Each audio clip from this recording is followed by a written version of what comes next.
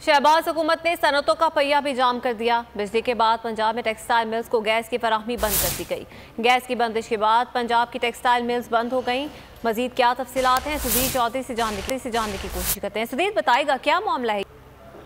जी बिल्कुल, एक तरफ घी, बिजली, पेट्रोल महंगा किया जा रहा है और दूसरी तरफ पंजाब के बरामदी शोबे यानी टेक्सटाइल मिलों को गैस की सप्लाई बंद कर दी गई है।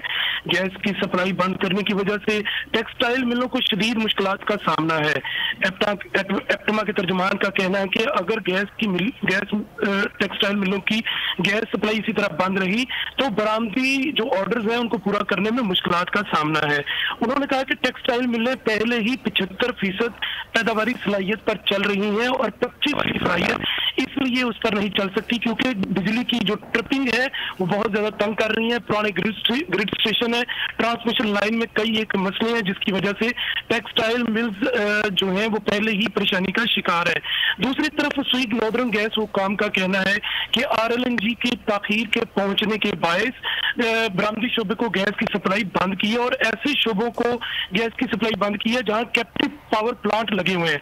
बाकी तमाम शोबे को गैस की सप्लाई दी जा रही है। जी ठीक है सुधीर, इस हवाले से कहा कर रहे थे, आपका बहुत शुक्रिया। सब्सक्राइब करें और बेल दबाएं ताकि कोई खबर रह न जाए।